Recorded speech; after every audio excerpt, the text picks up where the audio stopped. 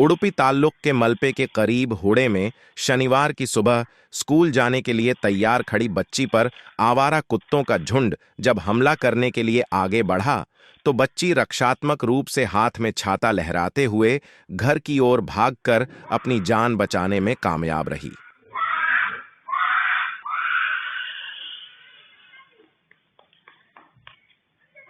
This video is brought to you by Ours Real Estate, Dubai.